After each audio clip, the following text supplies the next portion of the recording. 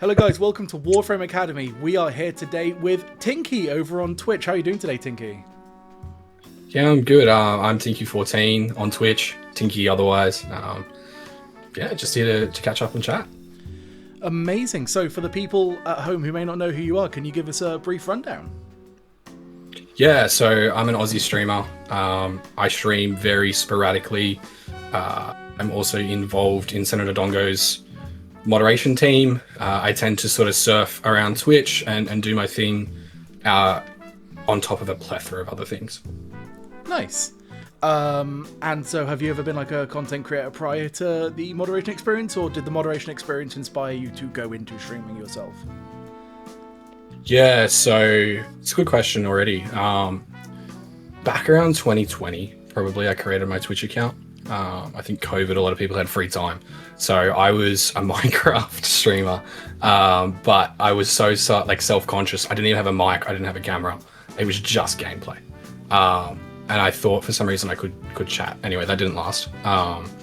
And then I stopped. I started my uni degree. I started doing a bunch of other things in my life. And then I reckon 9 months ago now, maybe, I was watching Dongo stuff and he was like, I'm going to take a break for tonight. And I was like, why don't I go live kind of thing? Yeah. It's like, maybe I should go live. And I bought a web camera. I had a mic set up. I basically had a streamer set up, but I wasn't streaming. So I was like, why not? And it's just slowly gained a bit of traction since now. So sort of jumping into that community and getting some of the guys from there, but also having my own friends and also finding now some people on the internet has kind of been a slow burn to where we are now. Amazing. And so what do you primarily stream, sorry? Yeah, so at the moment I'm streaming Warframe. I was streaming Warframe earlier today. I was doing some Souls-like stuff because I know that it's fun watching someone tilt. Yeah. Outside of that, I do love a single player game. Yeah. Amazing. And so, like, what inspired the Warframe sort of streaming? Yeah, it's actually a funny question. It's a bit roundabout. I was a Warframe hater. Yeah. Start of this year, I hated Warframe, but I was the kind that didn't know anything about the game. It was like, this is just big explosion, shooty, boom, boom game. Yeah. So there was a lot that I just didn't know. But I was tied to Dongo's stream. I wasn't a moderator at the start of the year. And so I kept coming back as a viewer and just watching to mess with Dongo. If you see me in the chat, even now as a moderator, I love to just push his buttons. Yeah. But through that, I started watching the gameplay. And I kind of went like, oh, this game's actually interesting. It's all right. I was still streaming my own stuff, wasn't really getting any traction. And then eventually I was like, you know what, I'll give this game a go. Dongo's hitting me up in my chat. I've got members in the Discord hitting me up saying like, you're streaming, bro, like stream Warframe. I'm like, no, it's a crap game. Not knowing anything about it, in complete fairness to the game. Yeah. And then I think one day I was just frustrated with my setup and the game. Like, I felt stale in the game I was playing. So I was like, I'll give it a go. And it wasn't like I was hooked immediately, but I felt that like adrenaline surge of that initial play of like, whoa, this is fast paced. This is a cool game. Yeah. And I think I would have stopped if I didn't have the community jump into my chat. Yeah. Like, the Warframe community has blown me away, kind of thing. It's a really surprisingly positive community for such a complex layered game. Yeah. Normally you get the gatekeepers, the people that almost want to like make themselves feel like they're the top dogs and not let anyone else in. It's the complete opposite of Warframe in my experience so far. So that's really cool. Yeah, like a lot of games tend to have like the private club of like the elite members. But Warframe has very much forever always been like people saying, hey, this game is really obtuse. Let me help you. Yeah, I mean, I was chatting to someone about it earlier today in my chat. Warframe is best when you have an experienced player guiding you through, not carrying you, but guiding you through, teaching you the ropes kind of thing. It feels like it's very much a game that thrives off that environment. You've got guys like yourself who've got thousands of hours. You've got me, I think I've got like 85 hours at the moment, so I'm very fresh still. But it's like, in terms of Warframe, I'm out of my depth, but in terms of everything else, it's like I feel very supported and included. Yeah. And so, whereabouts are you at the minute in Warframe in terms of like story or progression? Yeah, so I finished the main story. Okay.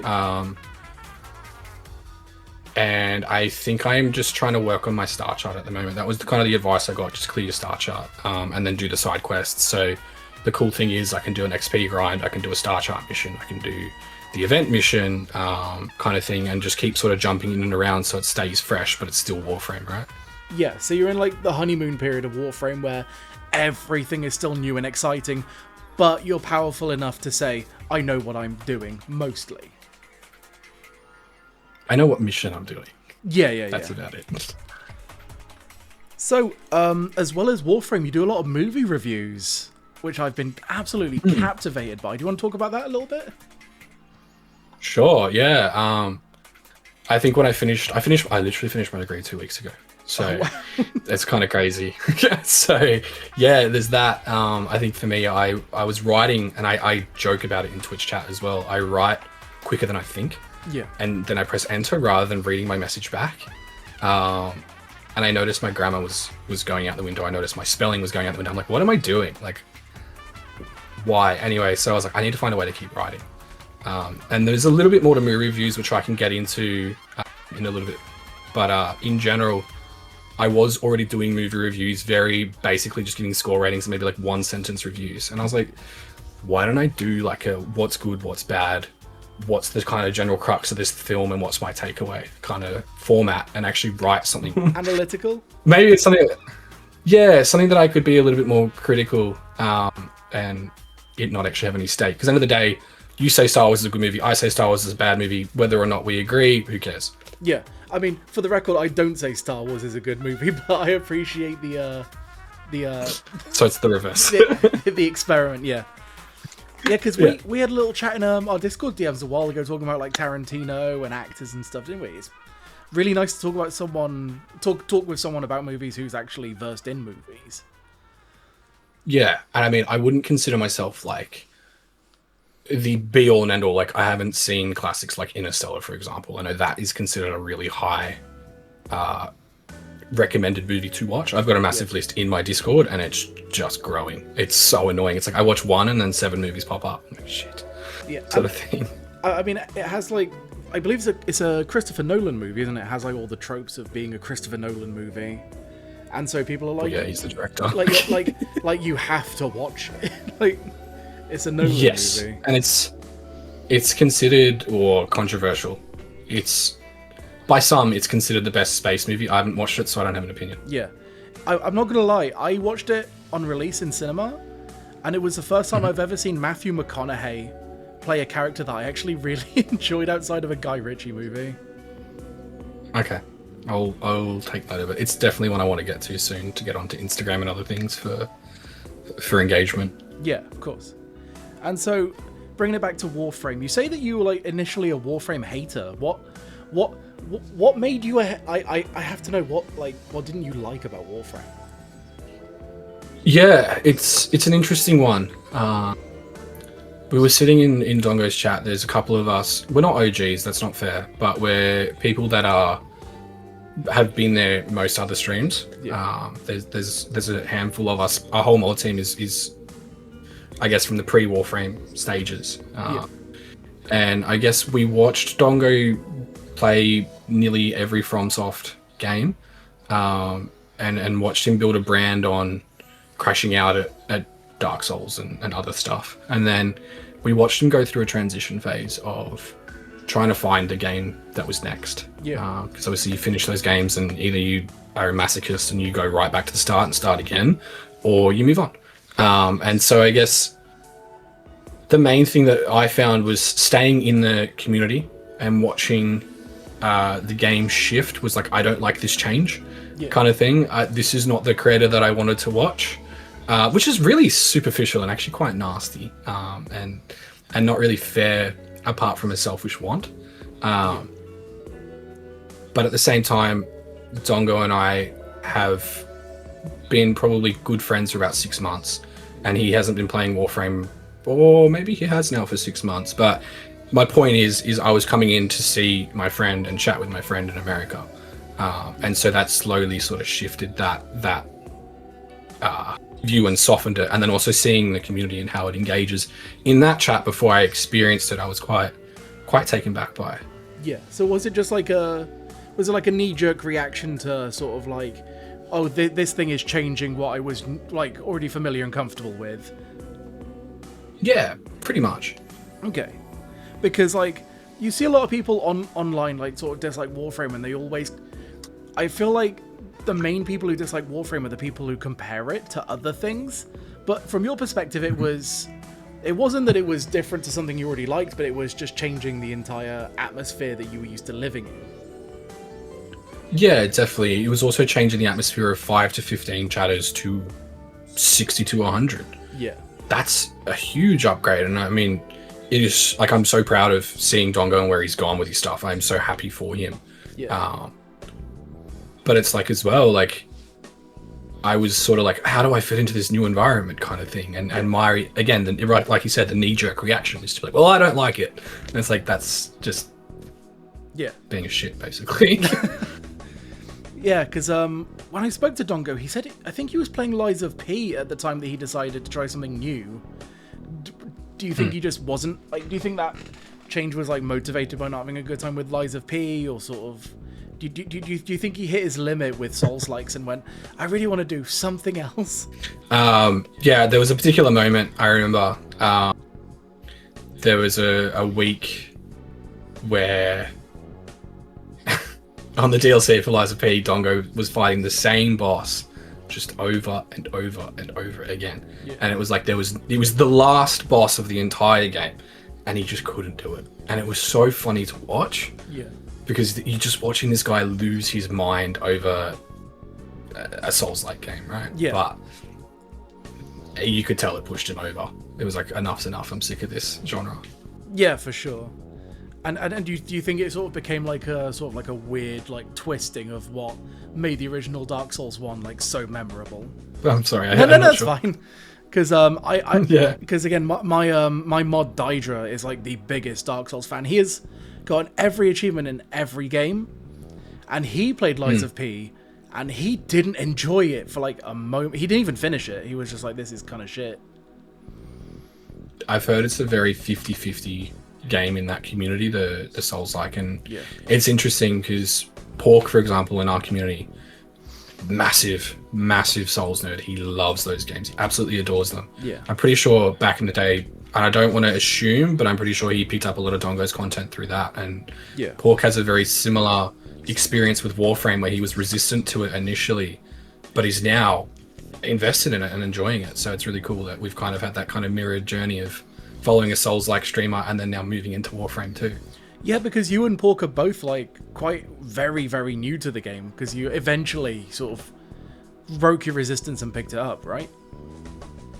Yeah, definitely. We didn't chat about it. It just happened that we both picked it up at similar times and got to similar levels, which is really cool, because it's like I can actually chat to like someone that's on the same level. He's he's a higher MR than me now, but I can chat to someone that's on the same sort of wavelength of like, what the hell is happening kind of thing, or I don't understand this. It's like, dude, I don't get it either kind of thing. So it's really cool in that regard. Yeah. And so did it take like a while for Warframe to click with you, or did you immediately think like, wow, I get it?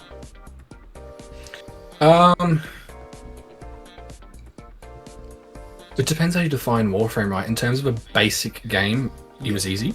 Yeah. But in terms of all the nuances, you need to go here to get this resource, to farm that, to then get this sort of item or unlock, that still to this day does my head in. Yeah. So that side I still know nothing about, but in terms of the movement, the gameplay, the guns, the general sort of missions, like the go in, the eliminate, even the spy missions, the ones that everyone hates, I understand the concept of those. I was an Apex player back when that first came out, so I'm used to that very high octane movement. Yeah. So none of that was foreign. Okay, cool. Because like a lot of people tend to struggle with the initial sort of like game design, and it's, I guess you had the experience of watching someone like have their first experiences with it, before you then picked it up, so I guess you were like pre-warned that like it's not actually as much of a mobile game as it may look. Yeah, and I was really lucky that I had a few people in my chat that like, if you slide jump and then whatever the bullet jump bind is, I can't remember. They're like, if you do this jump, like you will go, instead of having to sprint across the room, you will zip across the room in 2 movements kind of thing. I was like, oh, sick. And then I picked it up within probably 2 minutes. And like, whoa, that was fast. I was like, I've played these kind of games before. Like, it's not unfamiliar movement. Yeah, because mostly everyone I've interviewed so far has said that they came from Apex to Warframe, and when you have things like air strafing and like Octane Tech and like Horizon, Warframe does come very, very quite easily after that, I feel. Yeah, definitely. I mean, I was PS4 Apex and I stopped probably 2018, 2019, so I dropped off just before ranks became a thing in Apex. But that muscle memory was easy to bring back, and on top of that, like, I haven't even chatted about this, I was a big EFT player, so Escape from Tarkov, which is the ultimate, like, I hate myself game. Like, if you want to just feel terrible about the game you play Escape from Tarkov. It is torturous, and if you want to find a toxic community, talk to the Tarkov community, they're awful kind of thing. So it was very much a breath of fresh air coming from that as well. Yeah, Tarkov is actually a game that I've personally left behind, again, for the reasons you stated. Like, it's... I think as far as the game goes, it's about as much of a polar opposite from Warframe as you can get, I think. Yeah, there is a lot of intricacies in Tarkov, and it pretends to be a realistic shooter. I mean, I don't want to talk too much smack about it, because I do still enjoy it as a game, but it's like... I feel like a lot of people that have put more than a couple 100 hours into that game are at a point now where it's, I'm happy to leave that chapter closed kind of thing. Whereas with Warframe, you hear a lot of people say like, I was burnt out for X amount of time and I've come back and I'm really loving it again. Tarkov, it's, I came back and I realized why I quit kind of thing. Yeah, exactly. I was going to say, like, I come back to Tarkov every 6 or so months. Like, I'll watch like Pastili or Landmark, like play the game a little bit, and then I'll download it and be like, well, it still looks really good watching a big streamer play it who's very good at the game and has a billion hours. And then I load in and I immediately lose an M4 and I'm like, right, it's still Tarkov. It's still Tarkov. Tarkov does teach though some really good, like, I guess, thought patterns, beg your pardon, around gear fit. It's really good for that. Yeah, one of the things my husband always criticised me for was not taking good gear into raid and then just I'd always start every season by doing like a naked run, picking up an ADAR out of a crate, and then only using that for as long as I could have it. And he's like, no, if you have an MP5, just fucking bring that with you. Yeah, and then you stash absolutely everything to the point where you can't bring anything else in, kind of thing. Yeah. So, when you stream on Twitch, do you think there's like a strong intersection between the people who are watching because you're playing Warframe and the people who are watching because you're Tinky? Yeah, I would like to think that I do have some viewership because I'm me, but I won't pretend that Warframe is a big draw to my stuff. On top of that, there's another level of having crossover with guys like Coach and Dongo and a few other streamers here and there. There is a draw from those communities. I don't feel like I am leeching off those communities though, however, like I'm actively involved with those guys and I would like to think that I'm appreciated in their communities. Those guys also come into my chat. So even today, like Amprov dropped into my chat. That guy is like a celebrity. Which is crazy because it's like he's just chilling at home probably and he's like, oh, he's on, I'll just jump in there and say hi for a sec. And it's like, you're like the Warframe guy kind of thing. And I've heard a few people say in your past interviews like how much of like a legend that guy is. So it's really cool, like someone like that is in and around getting amongst the smaller Warframers kind of thing.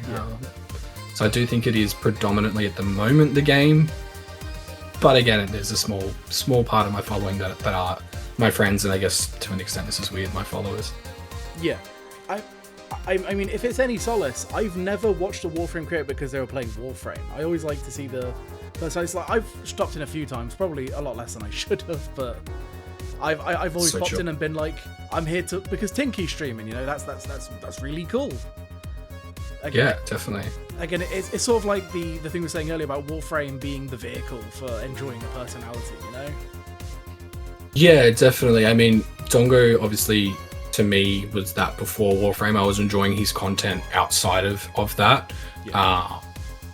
But seeing guys like Coach, seeing guys like Soft, seeing Amprov, seeing Alpine now, she's crushing it. Seeing all those guys like having a very different vibe to their stream, also having very different communities in their stream and being either loosely or tightly connected. Like we've got our NPC guys, and I think predominantly we're all Warframers, but it's also like we're all our own people with our own shticks kind of thing, which is really cool. Yeah. Because I've got to say, the NPC is such a brilliant idea, and I'm really grateful to Coach and Dongo for even like coming up with it, you know? Yeah, definitely. And I mean, I know Dongo put it out there. I was like, if anyone wants to join, feel free to join. I'm like, bro, like I don't have much to offer except Australian time zones. Like, yeah. I haven't got 50 consistent viewers to offer, but it's like I've got that off-hour peak. I mean, I'm not, quite frankly, I'm not at the moment regular enough to really benefit from the off hours, but it's still there. Like it's 8 o'clock at night right now, and it's like what you said, 11 a.m. for you. So it's a big sort of time zone, and I'm pretty sure in America, if I'm doing my maths correct, it's maybe 5 a.m. right now. Yeah, I think East Coast is 6 a.m. and then like West Coast is like 3 a.m. Yeah, so I get the insomniacs. Yeah. Because it's like I stream until 6 o'clock in the morning UK time, specifically to get those like late night like Americans who are, you know, night owls over there. I get no one in the UK when I stream because I'm usually the only person who's awake. Yeah. And then I get people like you who pop in like, you know, lunchtime-ish. Yes, and that's the other thing as well. On top of that, it's my time zones work well for streaming, which is cool because it's like I'm not necessarily competing too much with the big guys. But when you're on Twitch, you're always competing with the biggest streamer, but it's not actually about the competition kind of thing. So I'll get up at 5 a.m. to start my day streaming, for example, which is like maybe lunchtime, maybe a little bit earlier, maybe a little bit later in the States. I can't quite remember off the top of my head. So I'll start my day at 5 a.m. to 8 a.m. if I can, maybe a little bit later if I sleep in, streaming, and then I'll go to work. And then ideally, if I'm not too tired, I'll stream in the afternoon / evening after dinner, and then rinse and repeat. Yeah. I mean, I guess I personally have a different perspective on it. I never feel like I'm competing with a bigger creator, because like when I'm on Twitch, and maybe it's just like my insulated like little friend group, but like I always see like Queso or like Jinxie or like Northern Line streaming on Twitch, and none of my friends really watch those people, especially not when they're live. Like I am a devout Northern Line watcher, right? I've caught maybe 2 of his streams in my life, and I've been watching him since I was like 15, you know? Yeah, definitely. And please don't hear me saying competing as like I'm competing against anyone. It's actually not. Yeah. No, I know. There's a misconception of people thinking that it's like, oh well, this streamer's live, so bye. I'm not going to watch you now. It's like if you want to watch me, watch me. If you don't, off you go. Yeah. It's like I don't really mind. I'm happy for you to be here. I'm happy if you don't want to be here. It's chill. Yeah, because it's like that's why I don't consider huge creators again, like, you know, like a lot of those big names who pull like 10k, 100k viewers to be competition, because they can crush anyone in their ecosystem, right? And it's like it's not competition. They are the platform. Yeah, exactly. Like it's not competition, because if people are gonna watch them, they're gonna watch, like they only watch them, you know? Yes, and absolutely. And I feel like there's a lot of cross section with people who come to Twitch to watch big creators who tend to not watch smaller creators, you know? And then vice versa. Yeah, definitely. It's like vice versa. I don't watch any big creators, you know? 1.3 million people watch Daisho Speed go through, he's doing his world tour again at the minute. And it's like, I haven't watched a second of that man in my life, you know? And yet, I didn't even know he was doing it. Yeah, like 1.3 million people were there. And it's like, I wasn't one of them, because I'm here to watch smaller, like more homemade creators, Well, I'm pretty sure it was, yeah, we joked about it. We joked about when you get over a certain threshold, it was like, it's nice knowing you, I'm going to find a small streamer kind of thing. Yeah. Which is obviously not true, but there is very much an appeal to engaging with a community where it's anywhere from literally 2 to maybe 130 kind of thing. Your voice has a place. It doesn't just get lost in this like endless chat. Yeah. I always like checking in with people who have like 2 or 3 viewers, because they tend to have like very few active chatters, and then I don't know, I feel like a massive sense of like community when you pop in and you go, oh hello, and then you act like 99 times out of 100 you'll get someone say, oh my god, thank you for being here, and it's like, hey, yeah, I'm here. I remember that's what absolutely. And you go. No, sorry. No, you please. I was just going to say, it's something that we've been very deliberate about in Dongo's community. He will make an effort to welcome people, and he's really good at that. And if for any reason someone goes unmissed and they are a regular, one of our mods, not even because we want to keep them there, but it's kind of like when you see your friend, it's like you say hello, you greet them, and then there's other people that greet them. I've seen you come into the chat. You'll come into the chat and I'll start going beans in the chat kind of thing. Because it's for those that don't know, the in-joke was Dongo made a rip about English people always loving their beans. Yeah. And then I was like, I'm going to call chili beans now. And that's just stuck. Kind of thing. It's not only stuck, but like preceded me into other like communities. It's yeah. It's like I entered like I think it was Denz's stream, because I think there was a chatter in there, I think it was like Twisted or someone who was in there already, and they were like, oh my god, it's Beans, and he was like, oh my god, it's Beans the Bud, let's go. And I'm like, no, why is this followed me everywhere? Yeah, it's something I would like to pride myself. I don't take credit for Beans. Yeah. That's a community, that's a Dongo community thing. However, I do take credit for always having a bit with different Twitch creators that I am a viewership of. Yeah.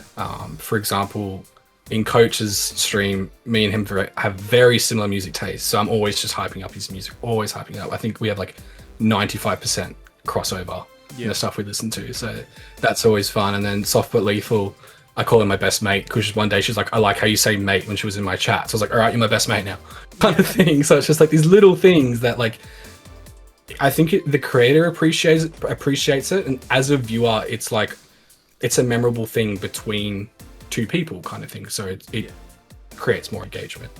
Like, yeah, because I remember being really sensitive to Beans initially, purely because of like the whole memery of like British cuisine is terrible. They like eating grey processed slop, and I'm like, fuck, am I gonna be the British food is bad guy?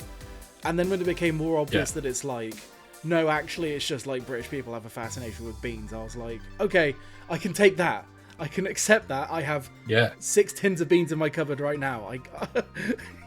Yeah, definitely. It's interesting that you say that as well, because that actually slides very quickly into a moderation kind of thing. We had an incident in Dongo's stream actually around this time where we were talking about that kind of stuff, and we're going like, what is it with British people and liking slop? And that's the stereotype, right? It's the joke. And we were all talking about it. You were in there, we were talking about it, all just having a bit of fun. Someone comes into the chat and goes, fuck British people. I'm like, dude, what? I'm like, read the room. I'm like, that's not at all what we're talking about. They're like, oh, I don't get the problem. I'm like, it's food. It's a culture's food, not a race. I was like, 2 different things. They just both happen to have the word British in them. I was like, stop it. It's like everyone was memeing on one thing, and then one guy went, yeah, fuck their dog too, cunt. And it's like, no, what are you on about? You're like, what? And it's like, it's funny how like us, we're just laughing about something that's lighthearted and jovial, and it's like, and then you've just got some idiot that comes in and you're just like, mate, huh? Kind of thing. There's always one person who takes it like, yes, I have a hatred of this thing, I can live this experience. Yeah, and more extreme version of that. I was thinking, like, when we were going to do this chat, I was like, I've been really lucky that I haven't actually had to outright ban anyone or time anyone out. Yeah. That was last week. Yeah. This week I've had to put my foot down. We had Dongo was in chat talking about the healthcare system in America, and he was sharing his opinions on that, which I won't repeat. They weren't bad. They were humanistic based and human rights based, which is, to me, for the most part, a very positive message, and I think it's really good. We had someone come in and go, the US government needs to stop giving taxpayers money to pedos on an island. I'm like, whoa. And this is a first time chatter. So as a moderator, I'm sitting there going like, whoa, that's a fucking heavy question. So you can issue warnings on Twitch. So I've deleted their comment. I've issued them warnings saying like, hey, please don't use the word pedos. Like, that's just a bit much. Yeah. For the most part, we're chilling outside of that. Like, no worries. I didn't even care about the content of the messages. Anyway, second comment that they put in, what did they say? They said, America funds Israel. And I'm like, dude, we're talking about the healthcare system. Yeah. I'm like, the fuck? So I timed them out for 5 minutes. I haven't even like sipped my water on my desk. In my whispers, fuck you, pussy. I'm like, whoa, who is this? I'm like, dude. And then I just wrote bye-bye because I'm like, you're banned kind of thing. Like, you clearly don't want to be in this community. And then before I blocked their whisper, I get, oh, so you like pedos. I'm just like, dude, like, fuck you kind of thing. I was like, who are you to come in and just ruin the vibe? Yeah. So I was like, go. Like, you can go. Yeah, I definitely feel like, especially in the last sort of like 16 months, that sort of like vitriol has become very normalized. Like, not just on the internet, but in person, you know? Yeah, of course. And like, everyone has their own opinions. Everyone's entitled to them.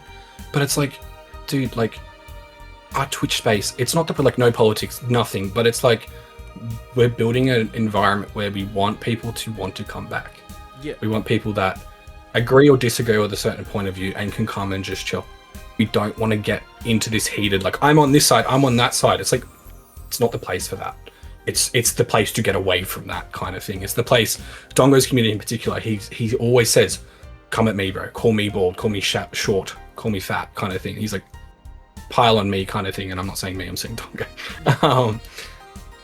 And that's kind of the brand that we try and encourage, obviously within reason, because there's a difference between a joke and not, and it's hard when it's text, but yeah, we try and encourage that, like, come in and have a fun time. Come in and be a bit silly. Come in and say something a little bit edgy, but still within reason kind of thing, and we're okay with that. Yeah. But then obviously there's terms of service and there's just general vibes that we will try and pick up on. You'll see me type in chat something about a slippery slope, because like the British food conversation, it can just go so quickly out the window, and you're like, it's about food, bro, not about race kind of thing. But someone always wants to just make it about this shit fight for no reason.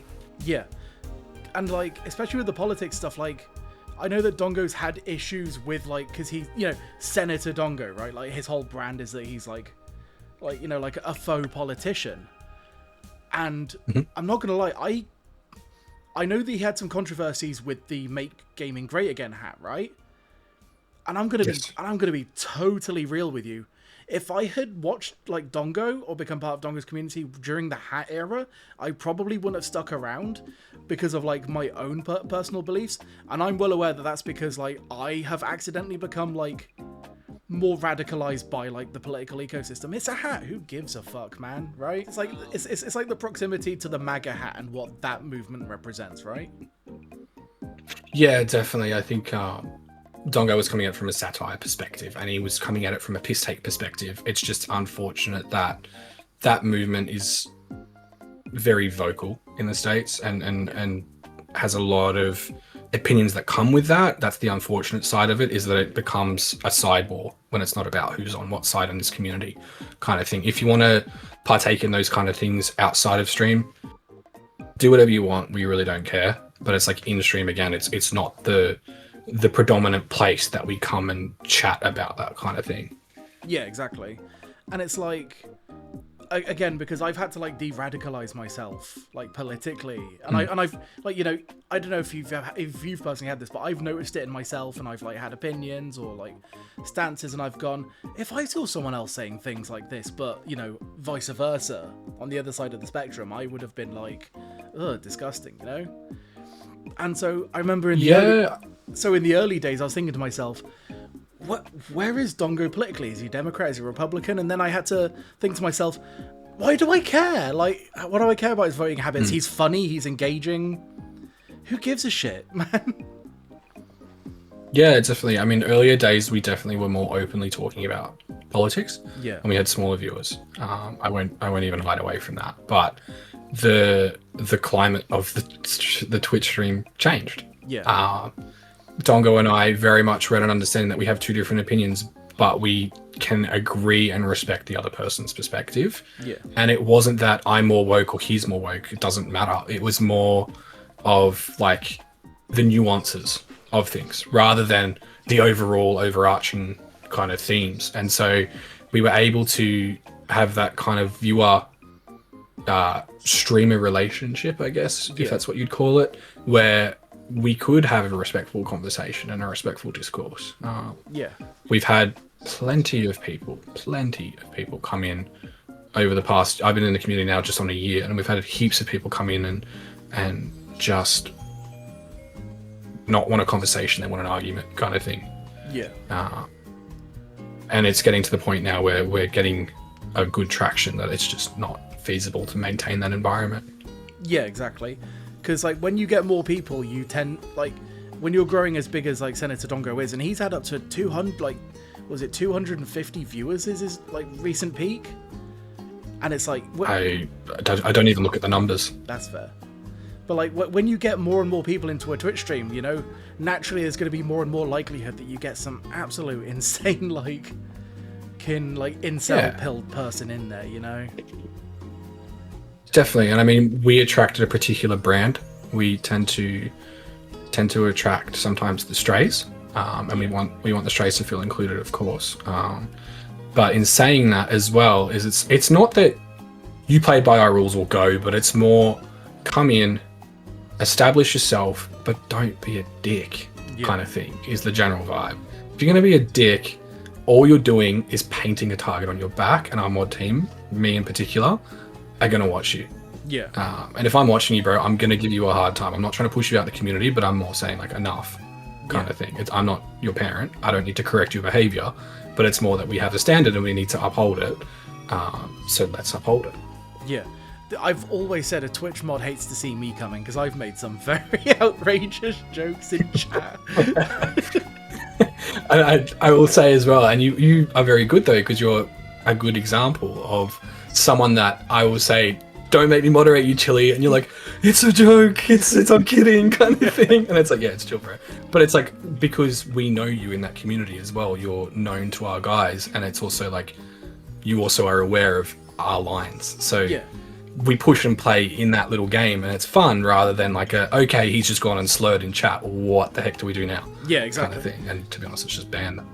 Yeah, because like, as like someone who I guess would be considered like a friend of the channel, like my behavior has to be on point because I'm kind of representing part of the brand, right? By being a friend of the channel, being part of the NPC, you know?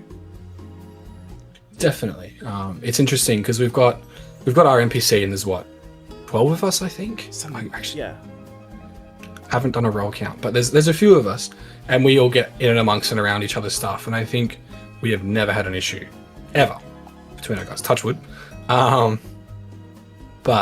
we have guys in our communities that are in different roles. They're in organization roles. They are also just well-known chatters. Sometimes they're just VIPs, and they get this rowdy kind of hyped up culture from Dongo's stuff, and we love it. We enjoy it in Dongo's community. But they take it into someone else's community and they go, oh, why are you upset? It's like, because that streamer's not Dongo, dude. Yeah, because you're They don't have the same brand. And people tweet, some people treat Twitch streamers like a hive mind, don't they? It's like, if it was okay here, so why is it not okay there? It's like, because they're two different fucking people, bro. Yeah, definitely. Twitch is definitely not the real world, no way. But the way I kind of envision it and rationalize it in my mind is imagine a Twitch stream like a pub. Yeah. Every pub is different. Every pub serves something different. Every pub has different rules, different dress codes, everything. Streams are pretty similar in that regard. Yeah. And it's like, again, you know, like you using the analogy, you have to dress for the occasion, right? Like if someone's chill and cozy vibes, then please, like, if you can't do that, then just shut up and watch a stream. Yeah, definitely. And it's like, the one ick that I get as a streamer and a moderator and a viewer is when you get people coming into the chat and just badgering these guys. It's like, say something once, say it twice. If you haven't been heard, move on. Yeah. You don't need to spam the same thing 10 times and hope that they pick you. Maybe they're ignoring you. Yeah. Have you ever considered that? Also, if the chat's busy, maybe they missed it. Oh, even more so, maybe they're locked in on what they're doing right now and aren't reading chat. Yeah. Like, it's like, those are my like streamlined thoughts, and it's like it seems to be missed of these like hyperly parasocial people that are like, do this, do that. It's like, slow down. Yeah. Like, Relax. Breathe. The Yeah. stream is still live. You're okay. Yeah, definitely. I mean, it's like, it's easy for me to sit in bed and type 5 messages in 2 seconds, where if I'm sitting at my computer streaming, it's very different, especially in a game like Warframe. You're like, I need to get a coup village here. I need to do Deviri later. Oh, but then I've got to go and do my XP farm to get my next frame full, right? So it's like, you've got a million things in the game that you're focusing about. You've got a chat giving you advice. You've got a chat backseating you. And you've got some idiot that's trying to like, just upset you. It's like, Yeah. our job as the mod team is to sort of either take that idiot out of the picture or to just say, hey, chill. Yeah. And so, as a moderator yourself, what would you say is like a great trait for a moderator to have for a Twitch streamer? Discernment would probably be the big one. So a lot of people like to talk about empathy, and empathy is really important when it comes to emotional intelligence. However, discernment is the next step to empathy. Yeah. So the way I see it is, empathy is understanding where someone's coming from and being able to see it from their perspective. Discernment is still being able to take action, or to I guess say, I see this and I understand why you're doing it, but it's still not what we're expecting, or we still need to do this as a result. So that discernment is that next step of, I'm not afraid to be considered the bad guy, be considered the controlling mod, be considered the secret police in Dongo's stream, even though that's actually not my role, like as in word for word. Yeah. The main thing is not being afraid to push out people that might be closely affiliated, but it's also communicating with the streamer and the other guys around you, like, hey, this is what I'm doing, just so you know. We've got hidden channels where we either sit there and vent because we're frustrated about something, or we sit there and we will log our bans. We log all our bans because if there's ever an issue, like for example, it's like, Chili got banned. Why did Chili get banned? Let's check the admin log. Oh, okay, Chili did this because we've recorded it. Yeah, exactly. It's there. It's thorough. It's traceability, and it's kind of like due process, right? Yeah, absolutely. And it's also, it protects us as moderators, and it protects Dongo as a streamer from that, like, oh, he's just a dick that kicks people out that don't like him kind of vibe. It's like, if we need to, we can pull it up. Yeah, because like some streamers will like live stream themselves reviewing unban requests, and you'll get people who are like, I did nothing wrong, and then they'll go into their chat logs and it's like the N-word 17 times, and it's like, oh, I don't know if you did nothing wrong. It's very amusing to watch those videos. I love them. Yeah. And I keep saying to Dongo, it's definitely not let me ban more people for the content, but it's like later down the track, when we do have a bit of a running list, I'm sure we will get some people come in. I will always message Dongo and say like, hey, like, this person put a ban request in. And I think we've had one that he did live on stream, and it was really funny. Yeah. It was something along the lines of, oh, my friend was on my phone and he dropped it, and we checked his chat history and it was disgusting. Yeah. And we're like, what the heck, dude? It's that kind of like... Especially when it's like, oh yeah, sorry, my hamster ran across my keyboard. And it's like, okay, and they accidentally managed to type out like a tirade of hatred, like in real time. Like, yeah.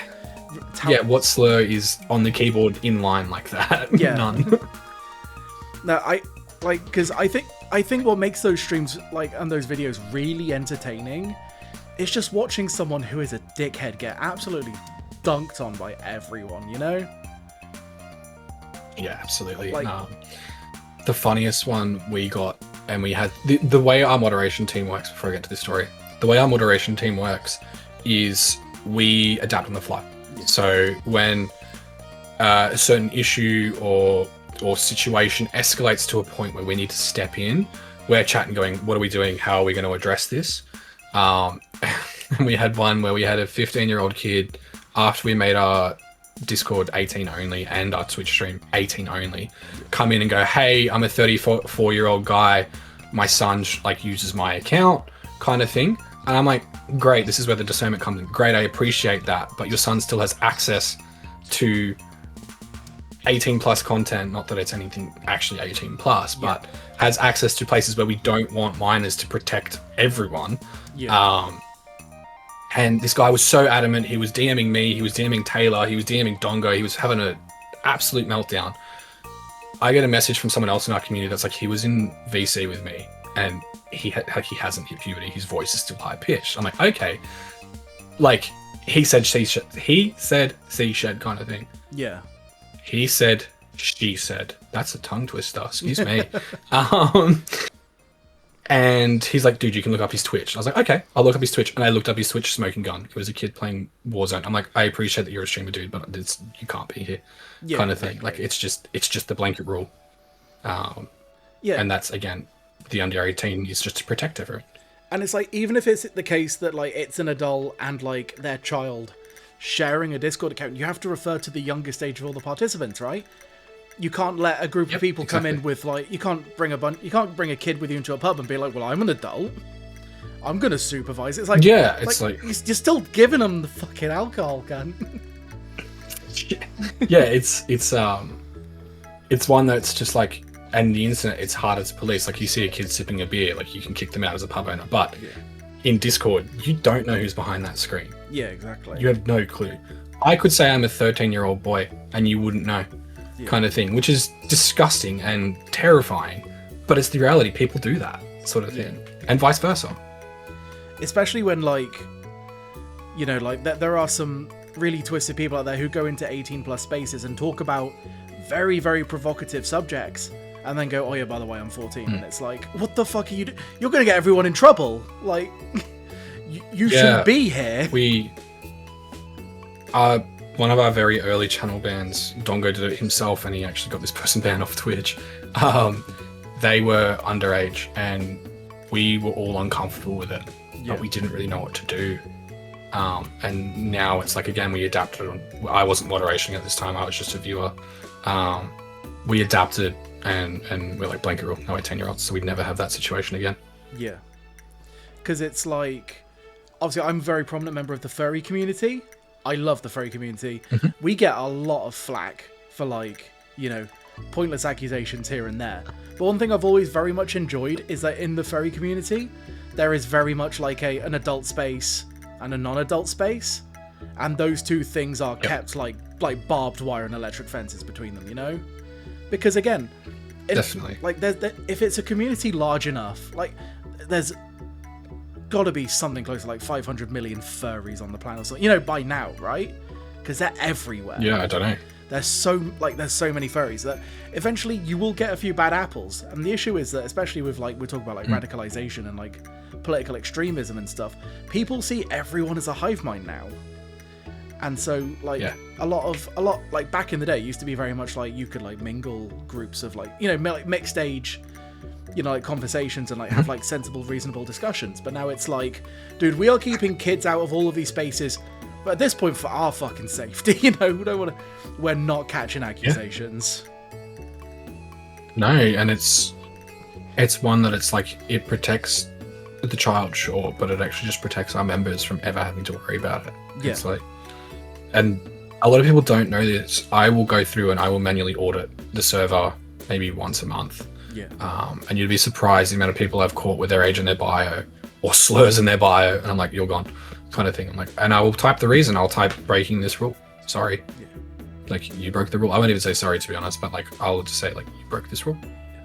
But it's like, the thing is, right, at the end of the day, you can make a space 18 plus, right? And like you said, you know, there may be sleeper cells within the community that aren't 18 yet, but like, you can't just police all, like, you know, you don't, because Discord is starting to like verify ages, right?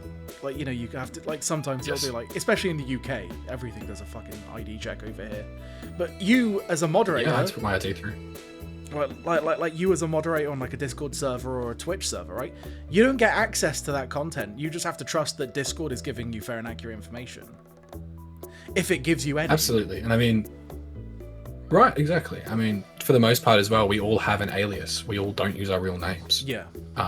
On online, and that is also a privacy thing. And I'm all for putting whatever information you want on the internet. I'm all for not doing that. Yeah. But I don't think I need to sit there and say, you need to send me your ID to prove that you're over 18. I trust that the members that are in our community are over 18. Yeah. And it's like, because again, kids have always had access to like over 18 spaces just by, again, shutting them out for like by ticking a box, you know. It's just it's just about, you know, not being a fucking dickhead about it, I guess, is the best way to put it. Yeah, pretty much. I mean, we were both kids. I used to always push into the next category up of rating. Always. Yeah. There was a rush to it as well. There was that whole like, I can get into this because I'm not allowed in here, so let's see how much I can get away with. And I was playing GTA 5, which is R-rated in Australia, which is 18 plus. So it's like, bro, that's not a big deal. But it's like at like 15, I was like, oh, I'm the guy kind of thing. Yeah, of course. So we were talking about bots. Yeah. So in Twitch, it's a big thing in Twitch in general, where you get someone come in to a Twitch chat and they'll sit there and they'll talk to you for 5 or so minutes. And you start to sort of tune into like, this person's a bot, but they will type and they will talk to you and they'll engage with you. And when you've got no viewers, you're like, dude, I have a fan. Like, I've got a follower. I've got someone that wants to engage with me. Yeah. And then they're like, oh yeah, by the way, I'm selling graphics, or let me help you grow your Discord community. Click this link. And it's like heartbreaking when you spent 5 minutes feeling like you're actually investing in someone. Yeah. For them to just drop that on you. It's a really frustrating thing. So Dongo and I very much have a shared passion for grilling the fuck out of these guys, because it's like, I mean, it's a bot end of the day, but it's a bit of entertainment to watch us fire up over something stupid like that. Yeah. And we'll make a bit of a thing out of calling them out, because it's just annoying. So it's quite funny that you mention this, because anyone who knows, like, especially in my private friend circle, I love art bots, specifically because I hunt them for sport. I love it when I get a message request from a server and it's like, hello, I would like to talk to you, and I'm like, let's go, let's fucking go. I get excited, and I always lead them on. So I used to have a Twitter account where I would expose art bots. I would wait for them to message me, and I would always like Google reverse them, because they always send you like their portfolio. And back before back before AI generated art was a thing, AI slop was a thing, it would always be someone's stolen artwork. And what I used to do is I used to bait art bots into sending me their portfolios, right? I would then reverse image search it and inform the actual creator that their work was being stolen, so that they can then like, nice. And I'm just like, you know, you need to please watermark this shit. And I actually had someone offer to like draw me free art because I'd like expose that an art bot was using their content for like, you know, scamming people. There was nice, there you go. There was one I was really proud of actually, and I hate to tangent on this, but this is like a genuine like confirmed kill, where I got someone to send me their portfolio and their PayPal.me link reported to PayPal. Gone. Yes, very nice. I love that. I love that. And I like, you get it. And I even, because I copied the link, because they sent me the link, and I'm like, get fucked, loser, I'm reporting this straight to PayPal. And then they deleted the link, and I reposted the link in our chat like, you think it's gone? You think deleting it gets rid of it? Welcome to the internet, motherfucker. Yeah, it's there kind of thing, eh? Yeah.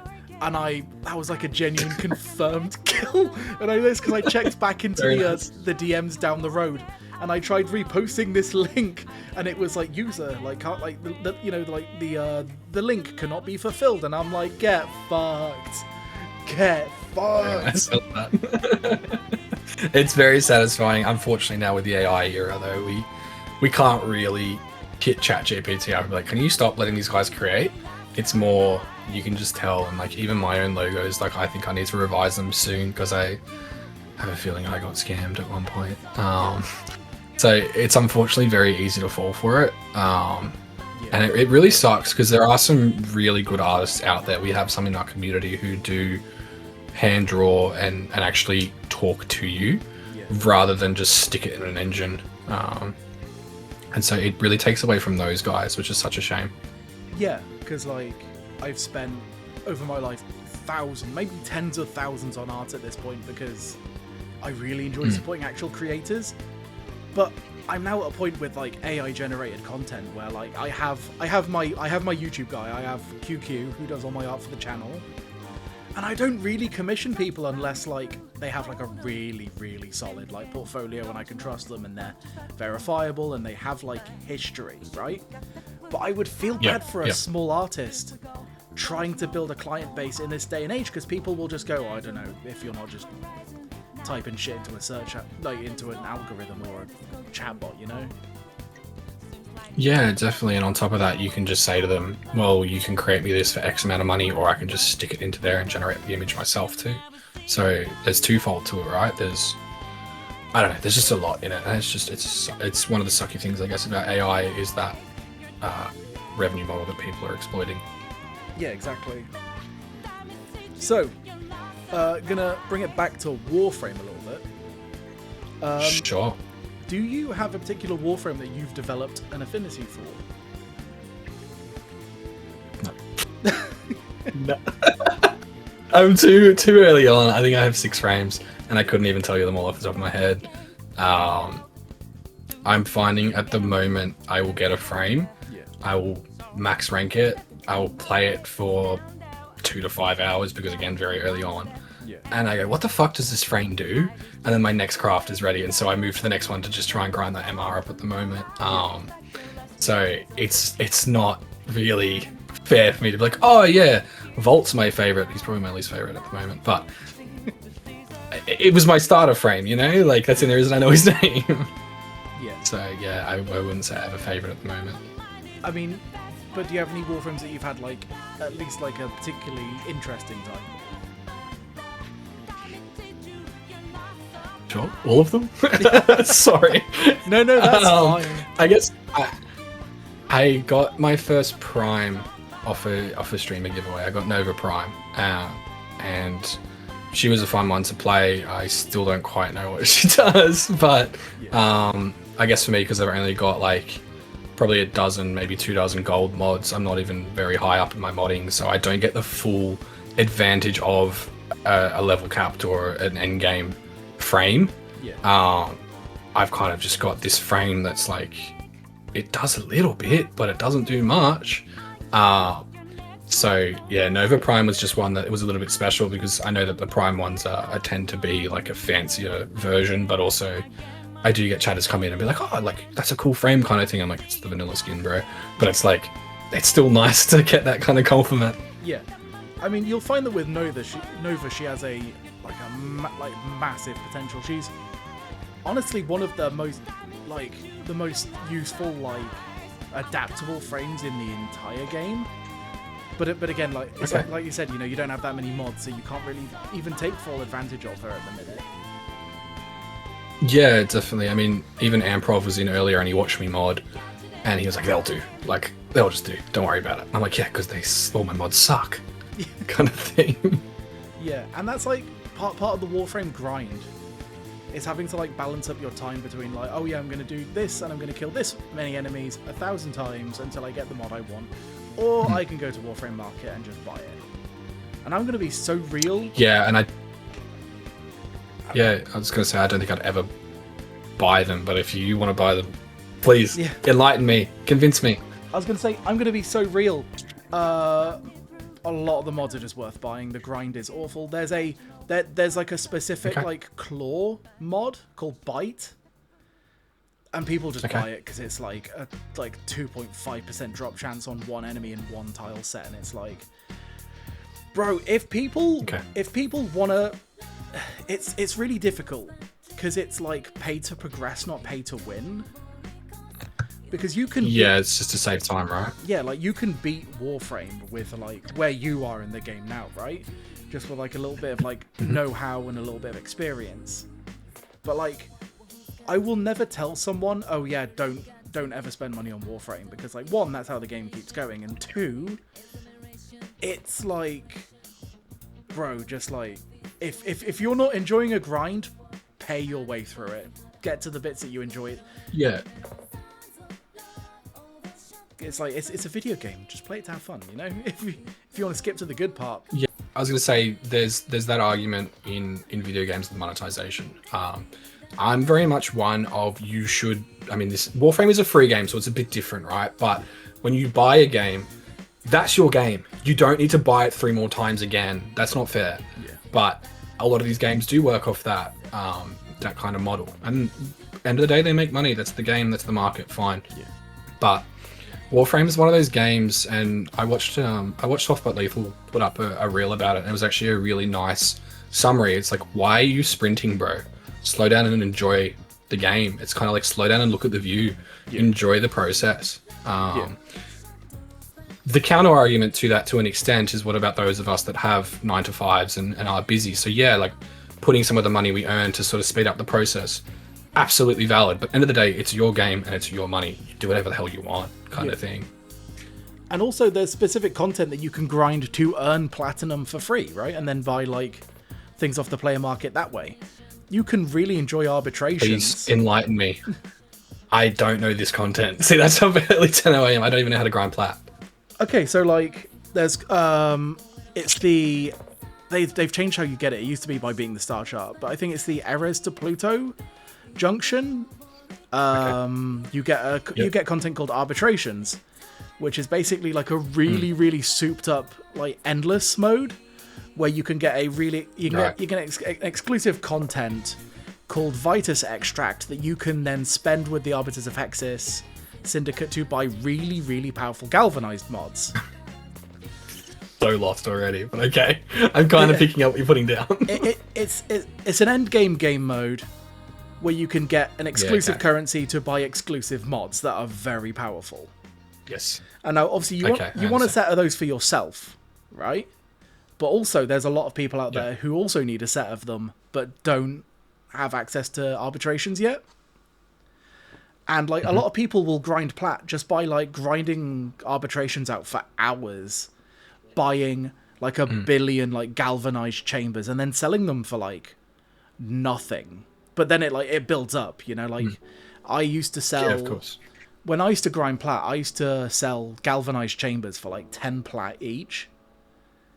And like you sell 100 of those, that's 1,000 plat, you know? That's like 50 that's like £50 worth of plat now. Yeah, definitely. It's like converting, I guess, the time you're putting in only into really in-game currency, right? But it's actually tangible because, I mean, every good game with a paid currency always has 2 forms, right? They have their main form, which is credits, and then they have plat, which is real-world money. But I like that Warframe doesn't just exclusively keep that plat behind a dollar value. Yeah. I mean, I don't know if you've encountered this yet, but there is a currency in the game that you cannot trade for, and it's called Regal Ire. Not yet. Yeah, so do you know Maru's Bazaar on Mars? Yes, I do. I actually do know that one. Okay, so there's a merchant there called Vazia, and she sells Prime Warframes that you can just buy with Regal Ire. Oh, I've seen that. Yes, okay, yeah. And that is like, dude, it's like $100 for 12 Regal Ire, and then it's like 10 Regal Ire for like 2 Prime Warframes, and like it's the only way to get like Prime accessories and stuff that are no longer like you can't, you know, like from the Prime accesses. You know, like when you like at the minute it's Varuna, right? And you can get her Okuri Tails Prime and stuff like the cool clothing accessories. Once that has come off the market, the only way to be able to get that ever again is by spending Regal Ire at Vazia when Varuna Prime is back in store, right? And it's okay, so it's like you missed it, so it's now expensive kind of thing. Yeah, exactly. And that's like the only place I'll ever criticize DE for their monetization is because like you can't trade for that, and it used to come with buying a Prime Access pack, and it doesn't anymore, and it's like you can get one Regal Ire from buying the digital pack, and it's like, bro, they hate they hate Regal Ire, they hate people owning it, man, I swear. Yeah, well, I guess it's what supply and demand, like it comes back to a marketing tactic of if it's in scarce supply, then the value of it goes up exponentially and the want goes up too. Yeah. Especially when it's used to buy things that, again, are out of rotation and you may never see again, you know? Yeah, definitely, definitely. So, in your time in Warframe so far, what have you said has, like, surprised you the most in terms of, like, the video game? I like this game. That's probably the biggest one. Outside of that, I was very shocked the other day. We were talking in Dongo's chat about the Man in the Wall. Yeah. And I was very surprised that I actually knew the concept of it being this like void persona, but also like this like being that's like the all being in every dimension kind of thing. But it's also not quite defined yet. It's this like mysterious figure that they're kind of alluding to, but they haven't actually defined. So that part of the story, I was like, whoa, like could have caught myself in a chat being like, why do I know this kind of thing? So I was surprised. Yeah. Which comes back to a larger thing about the story and how it's very hard to take on as a new player understanding the plot, because it's like plot A starts here, then you get plot B, then C, then D, then you get A again, then B again, but then it's like something else completely, and it's like, what the fuck is going on? Yeah. So it can be a bit hard to follow the plot, but for some reason the Man on the Wall I was able to keep up with. Yeah, like the Man in the Wall's very Lovecraftian. It's like cosmic horror beyond your comprehension, because like you see the physical Man in the Wall during like the story, right? Like, you know, the big Vitruvian, and then that's that's tied back to like, we don't even know if that is the Man in the Wall. That might just be an aspect of the Man in the Wall, and like how like an apparition of it. Yeah, and like how the Man in the Wall, because again, like lore-wise, Albrecht and Trati discovered the Man in the Wall, and that's why it looks the way it does, because it took on the appearance of Albrecht and Trati first.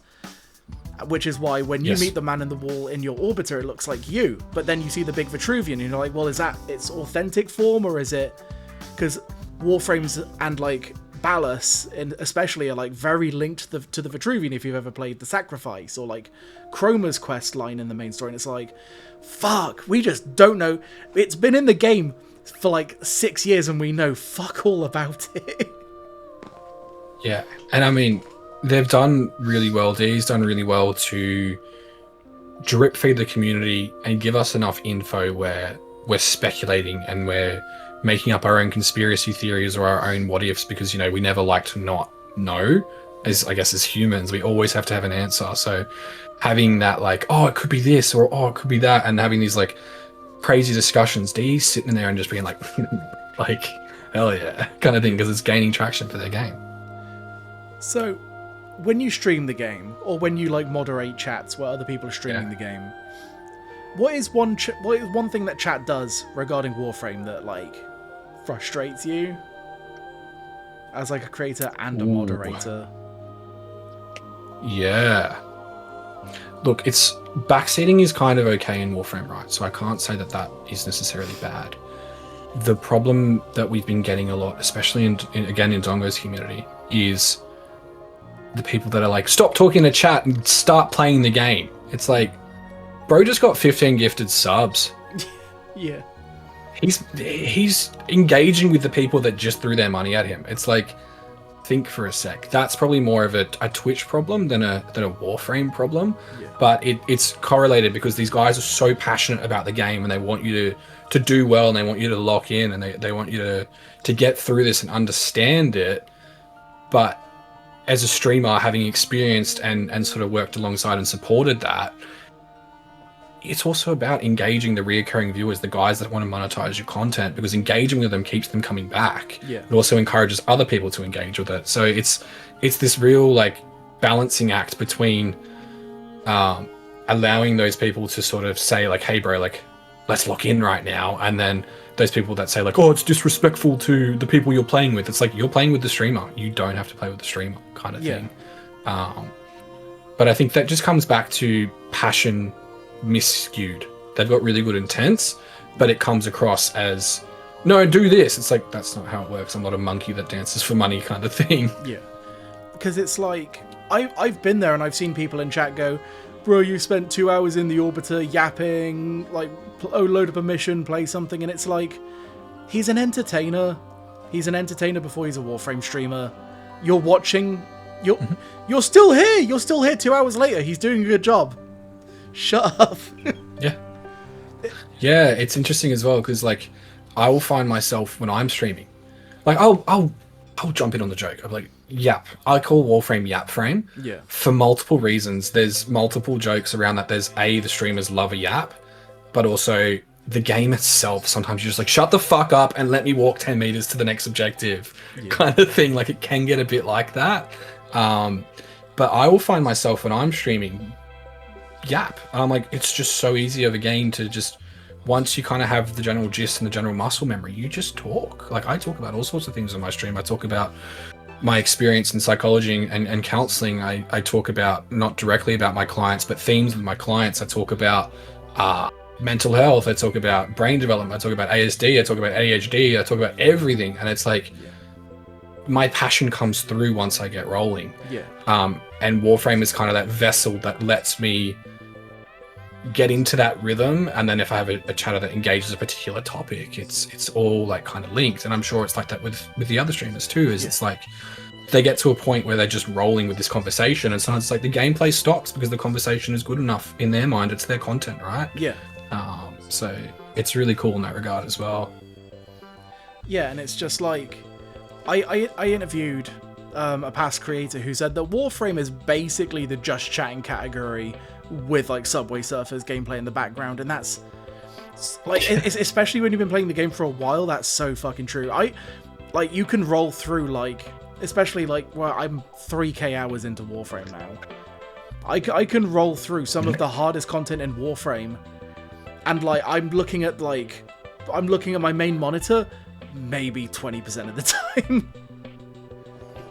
Yeah, well, I've heard of nuke frames and that sort of stuff, and they're the dream, sure, but I've heard you can just AFK and blow everyone up, kind of thing, when you get to a certain level. Yeah, exactly. Like, when you get far enough into the game to know the mechanics and stuff, I can talk to chat, and then, you know, I can see, oh shit, my health bar's taking a little bit of damage, let me just hit 4 real quick to stop that from being an inconvenience. Yes. Yeah, definitely. It's an interesting one as well, because like you said, a lot of people tend to sort of lean into that just chatting side, but it's an entertaining game enough, and it is a very complicated game when you're not deep into it, that there is a lot of knowledge that people want to instill on you. So there's still that aspect as well of juggling just chatting and then also knowledgeable chatters that are actually genuinely helping you. Yeah. So, I know you've had like a limited time with Warframe, but do you have any like particular hot takes? Is there anything that you've seen and gone, nah, that sucks? 2 things. Yep. First one, everyone will agree, fuck spy missions. Yeah. I think actually the only person that said they like spy missions is Pork, and I will call him out for that, because that man is crazy. But Pork is also a Dark Souls fan, so it goes hand in hand. He likes self-suffering. Yeah. There's that. Outside of that, the story, it's not that I would change the content of the story, but as a single-player story-driven kind of guy, it's been my bread and butter for so many years. I would love the story, and it will never happen, but to be delivered in more of a streamlined way that it's a little bit more consistent. Yeah.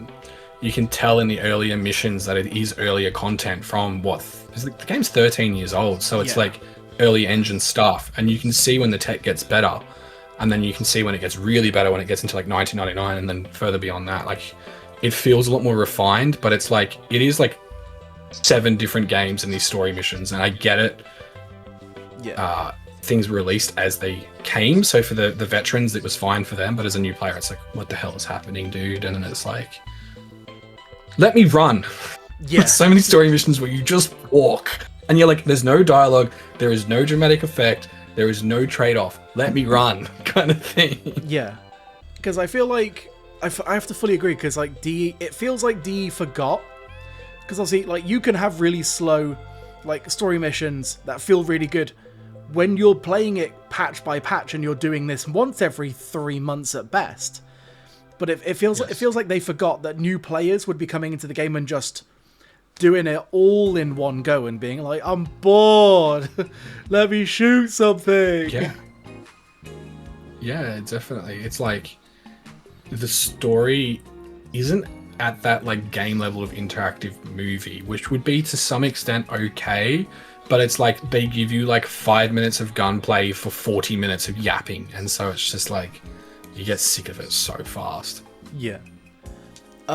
So I do this segment on every single episode. Do you have any content creators that you feel deserve some time in the spotlight for their contributions? Yeah, absolutely. I mean, there's plenty of Warframe communities that we're getting exposed to. I think the biggest one at the moment is Soft But Lethal. She's fantastic. She's really funny, and she's also a really strong advocate for the women of Warframe. Yeah.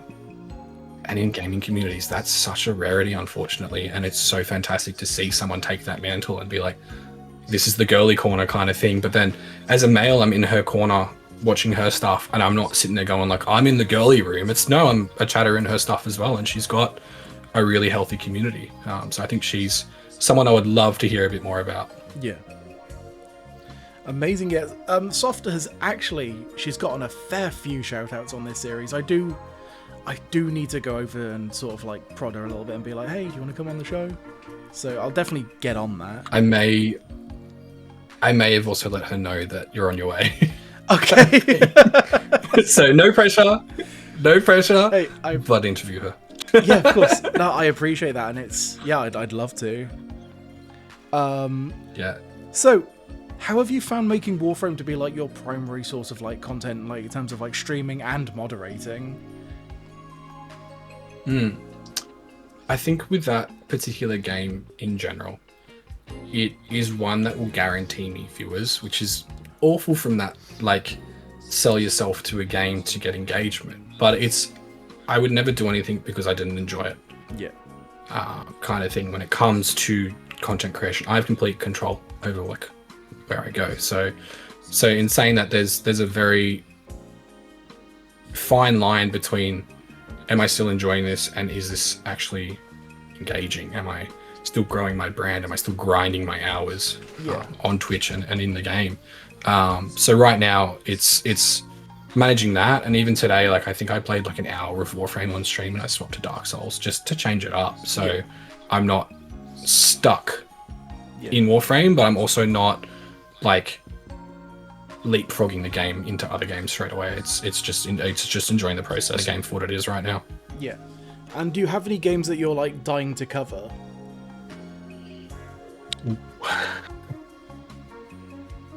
I want to get into Resident Evil.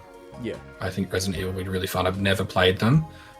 So if I can get enough people like keen to see that, again, that sort of fresh player into a series that is quite iconic, that'd be pretty cool. But outside of that, I have a really bad habit of downloading a game, like I'll play this on stream, and never touching it. Yeah. So I've got to stop doing that and just start playing games in my own time if I want to play them. Yeah. And so in your time playing Warframe, have you ever experienced anything like sort of like unhinged? Have you heard any stories or seen anything firsthand of like some particularly degenerate or like bizarre behavior? Yeah, yes and no. I tend to stay out of the chat in the bottom left. I've heard that can be pretty crazy. Outside of that, it mainly filters through Dongo's community, so he'll zoom in on a butt of a frame that is a nice ass. Yeah. Fair enough, but that's probably the most unhinged I see. You occasionally get a few characters, and they're not really moderatable, but you get a few characters come into stream and say a couple of things that it's like, okay, we have this brand of haha, like big bum, but I shouldn't say this out loud, but I haven't had to worry about it yet, where it's like a vile comment where I'm like, bro, what the fuck are you talking about? So like with Senator Dongo's community, how did you find yourself like ending up there? Yeah, so for myself, it's a really long story, but the general gist of it, weirdly enough, it actually links into studying as well. Yeah. So I've just finished my psychology and counseling double bachelor, which is pretty cool. Yeah. I'm pretty stoked about that. And it links in because I have sort of drifted from online community to online community over the years, just naturally falling into different groups. Yeah. And I found a particular friend at the time, in VR chat. I have 10 hours in VR chat that I shamefully will admit. And I despise that place. But this friend had either her bachelor or her master's in psych. So we had a lot of commonality, and we were chatting, and she was like, dude, you should come check out Dongo's stream. Yeah. I was like, yeah, whatever. Like, I joined and watched him play. I was like, yeah, whatever. He's just another dude streaming. This is just over a year ago now. And then I stepped out. I think I just followed him and then just didn't worry about it. I had a friend in VR chat. Basically, we fell out. And I was culling my stuff. I saw Dongo was live, and so I clicked on his channel. I was like, oh, who's this fellow? And I lurked for a little bit. He was quite funny, quite entertaining, so I engaged. It kind of escalated. He had 10 Geo, and he had a lot of talk bots in there where you could just type random bullshit.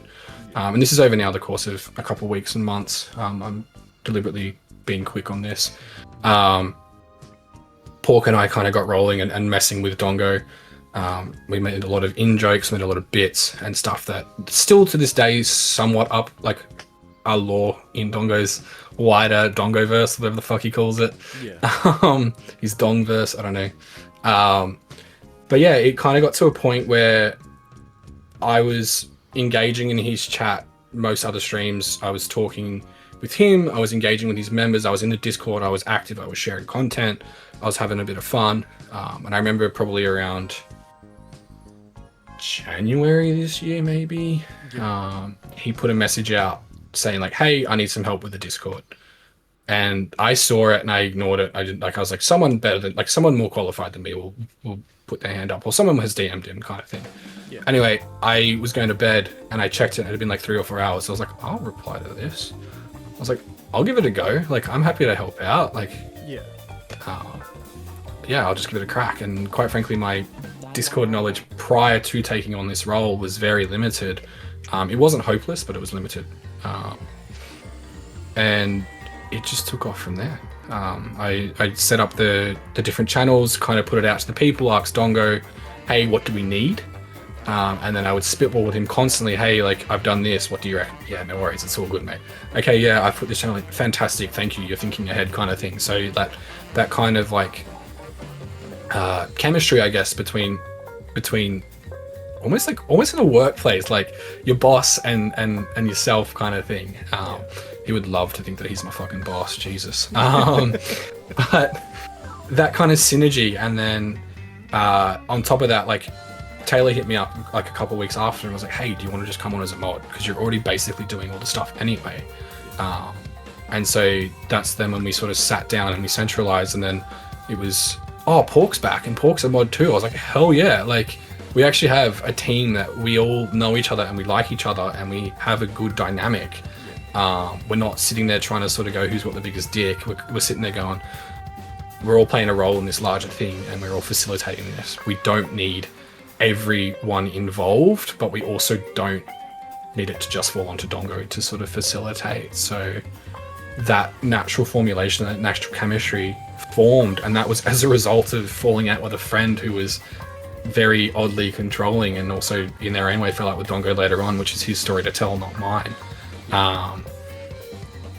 It was just this like right time, right place constantly, and here we are, kind of thing. Later down the track, I've got a small community on Warframe because I've been able to stream myself and get a bit of crossover, but then also get involved at a higher kind of behind the scenes level, and it's not as glorious as everyone thinks it is. It's a lot of hours of smashing my head against my desk going, why the fuck is that bot not responding right now? And it's so many issues, but it's a fun challenge. I really enjoy it in that regard.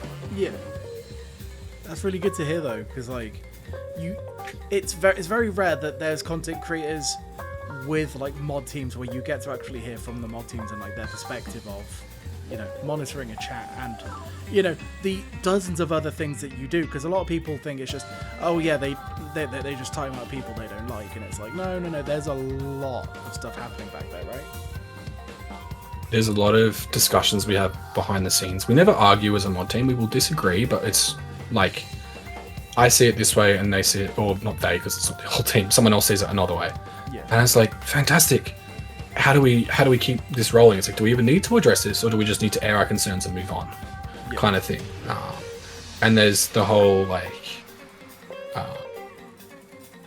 again protecting the wider community from some nasty stuff, and that's not this like Superman cape. It's like this janitor mopping the floor kind of thing. It's not glorious, but it's necessary, and it's what we do kind of thing. I'm not the only one that catches stuff. I'm not the only one that does stuff in there. I seem to be the one that everyone thinks is the helicopter mod, but it's really not that case. All three of us outside of Dongo have our own roles, and we cross over and support each other, which is beautiful, because it's like there's this real synergy in that regard. It's like I'll be out at the shops and someone will be like, hey, this has happened, like, can you deal with it? They're like, yeah, no worries. Or I'll be in chat and we've had an incident and I'll drop a message being like, hey, can I have a bit of support? I need to step out, kind of thing. And we have a really good working relationship like that, despite being halfway across the world from each other. Yeah.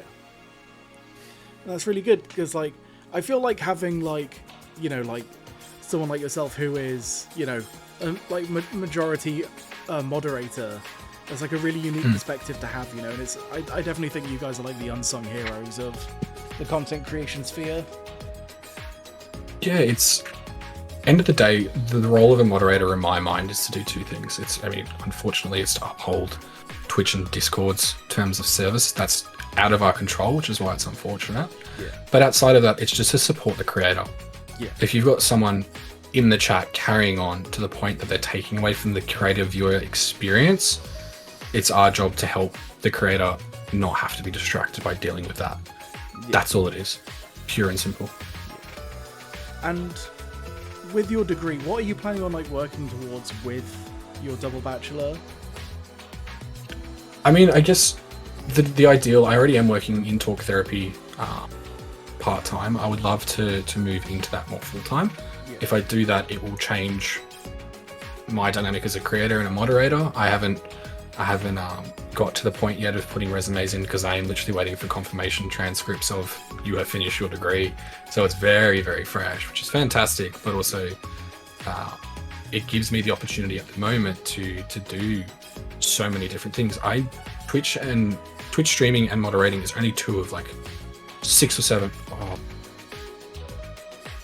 I did not just say that. You're allowed to say it. It's okay. We're not brain rotty here, I promise. Fuck. Anyway, it's one or two of many streamlines. Sorry, I'm completely throwing myself. You can keep that in because it's funny. Yeah. It's one or two of many different streamlines that I've been involved with. Like I've started to dabble in like content in real life, and that's crazy. Yeah, that's crazy. I never thought I would. I've started writing comedy, for example. I don't know if I'll ever perform it, but it's like just the fact that I've been inspired from Twitch and other things to then carry that over into the real world, and my comedy stems off my experiences from psychology and counseling. So yeah, it's really cool in that regard.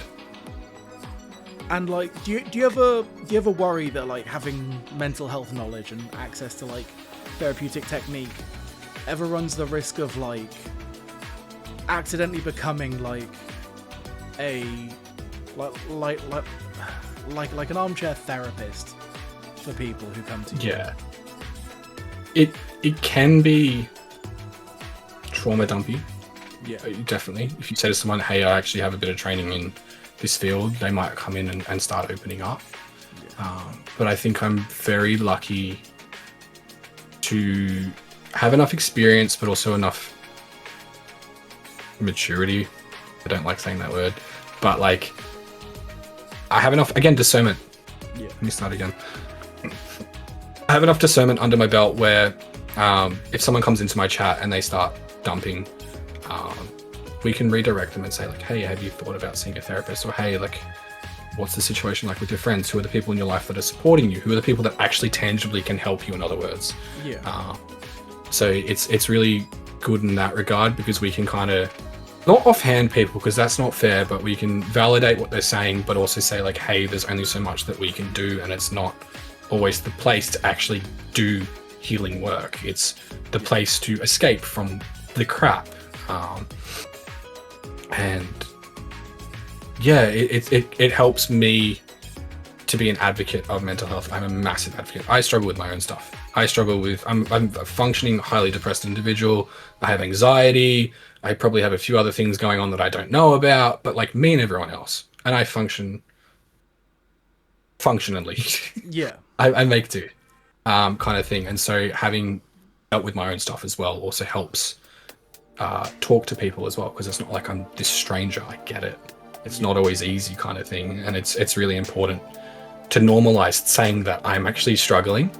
And it's really normal to have people say to you, oh, that's so hard and that's so rough. But it's more of, okay, what are we doing about this? How are we actually supporting you, kind of thing, without trying to like become a superhero again for that person.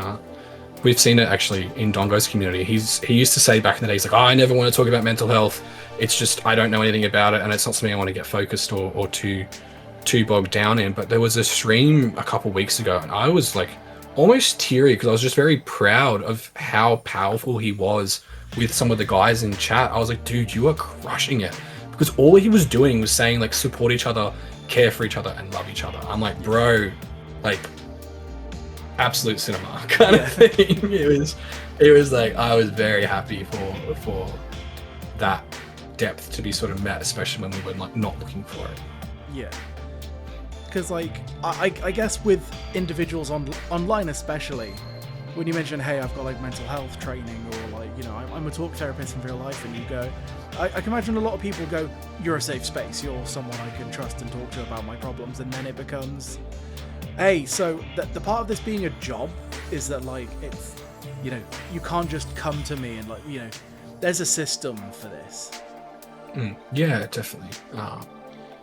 I also say it'd be an incredible disservice for me to offer therapy to anyone on Twitch, because it's not a therapy service predominantly, but also like it's not the same as face-to-face, and a lot of my viewers aren't based in the same city or country that I'm in. So it's not, even if they were, I wouldn't say, here's my business card. Are you kidding me? Yeah. Like, it's like you said, it's two separate things, work and play. And play is, in a way, its own job.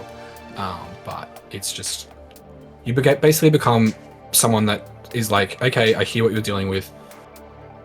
Like, here are the services, here are the people to talk to, kind of thing, or here are the people you maybe should talk to, rather than needing to unpack someone's deep childhood trauma, which I'm sure is, from a therapeutic perspective, really important, but from a Twitch perspective, it's just not the place. Yeah, because it's like, I guess people tend to, it's not it's not that people don't respect it. I think actually people coming to people who are trained in mental health and therapeutic services actually have so much respect for that industry and that line of like work and training that again, that they'll like see it as a safe space, and they'll go, hey, I like really need help with this. Like, it's like a lot of people would get therapy if it was a lot easier to get access to, I feel. And when you know someone who has access to therapeutic technique, they go, man, you need to help me, right? Because I need help. They suddenly realize how much help they need. Definitely, and that's definitely a strength, and something I've noticed in my stuff as well is sometimes it's not even about talking about someone's problems. If they say, I'm struggling with this or I'm dealing with that, I'm like, dude, that makes so much sense, because when you get into the hippocampus and you start breaking down the emotional and memory sort of regulation around blah, blah, blah, blah, blah, blah, blah, and I go on these like mad tangents about the brain, they're like, that makes sense. And like, even just that, like nerding out about something I'm passionate about, that's not talking about deep-rooted whatever. It's me just fawning over the brain because I love it. Yeah. That was actually a really strange pun. Anyway, yeah, it's an interesting like dynamic of, actually I have a bit of understanding of what this is generally, rather than what this is for you, kind of thing. Yeah, because it's like, I don't know, people. I guess it's easy for people to appreciate that it's also like at the end of the day a job, like it's a career, right? And like, yes, And the unfortunate side effect is that when they know someone who has therapeutic training, therapeutic technique under their belt, and they go, hey, I really need help, and then you go, I'm really sorry, I'm not your therapist, here's a number you can call to, they then feel like you, as like their doctor, have betrayed them, because you've gone, no, I can't help you, and then they're going, but why? In my head, I've assigned you as my new important person, and you've already let me down. And it's like, well, I'm sorry, but you don't. You know, if someone was like, if someone was at the function and they go, oh yeah, I'm an electrician, you don't go, oh shit, can you pull out all the wiring in my office and like quickly just redo it for me, or like definitely. Or it's like, I'm a chef by trade. People don't go, do you mind coming around and just making everyone chicken parmesan for dinner tonight? And it's like, no, like it's like, make it worth my while. No. Yeah, it's like, well, no, you can't I'm make kidding. it worth. I'm kidding. That's the thing. I fully agree. If you make it worth my while, the issue is that you can't. Like, I've got shit to do. Yeah, definitely. I mean, the way I kind of see it, and it's kind of what you just alluded to, is who's in the driver's seat right now for what you're hoping for. In other words, you're looking for validation, or you're looking for some sort of grounding for what you're dealing with. Are you now projecting that onto the person that's on the screen right now? Yeah. Because it's a bigger problem that if it's this person one day and then it's another person the next day, it's actually not those people at all. It's the individual. And so that's where the therapeutic training comes in, to understand that it's not because they're so closely associated with this person. It's because that person's got to work on them, kind of thing. And that's where I always come at it. I'm always like, work on yourself. Yeah. Always. Coach says it really lovely, and he really beautifully. Sorry, he always talks about like getting better at doing that 1% every day. Yeah. I don't necessarily use the same wording, but I think it's really good wording. There's a book behind me on one of my many books that I've read, and I actually don't like it, but it has a really good analogy in it. It talks about the ice cube metaphor. If you pull an ice cube out of the freezer and you put it on the counter and you go, water, it's not going to be water. Yeah. It needs to sit, and the temperature needs to change. It also needs to adapt to the environment, and it slowly melts, and then eventually it is water. But it takes a while, kind of thing. And so that's how I kind of approach mental health, I guess, from a career perspective, but then also from a Twitch perspective. I don't have the platform to sit and watch the ice cube melt. Yeah. I'm not the place for that. If I'm the one that encourages someone to pull it out the freezer, fantastic. But if I'm not, also fantastic. Yeah. It's not my stuff. Like you said, it's work. Yeah. It's different. And it's like, I can imagine that you yourself as a professional run the risk of becoming invested in someone who isn't like your client, right? Like if you were to give in every time someone says, oh wow, like you're a talk therapist, great, blah blah blah blah, and then if you then like allow that, I can imagine you can find yourself in a situation where you've gone, I've compromised myself professionally because I'm now offering unsolicited advice to someone who needs to talk to someone in their life. Yeah, and it's interesting because as a therapist, we don't give advice ever. Yeah. But it's something that in my personal life, I definitely do. And therapy is different because it's not like you put your work hat on and then you come home and you're not that. Therapy it's a weird mesh and meld of your personality and your job. You can't really just sort of switch it off, but you can choose to make that readily available.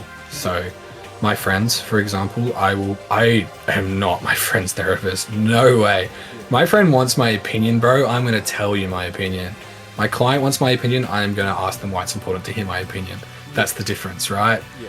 Twitch viewer wants my opinion. Hell yeah, I'm going to tell them my opinion, kind of thing. So that's kind of like how you break it down. Yeah. So it's how you approach it, and then it's also personal boundaries. If someone keeps pushing, and this is why it probably works and ties into how I moderate. Someone keeps pushing the envelope or pushing the boundary. It's like, enough, like stop.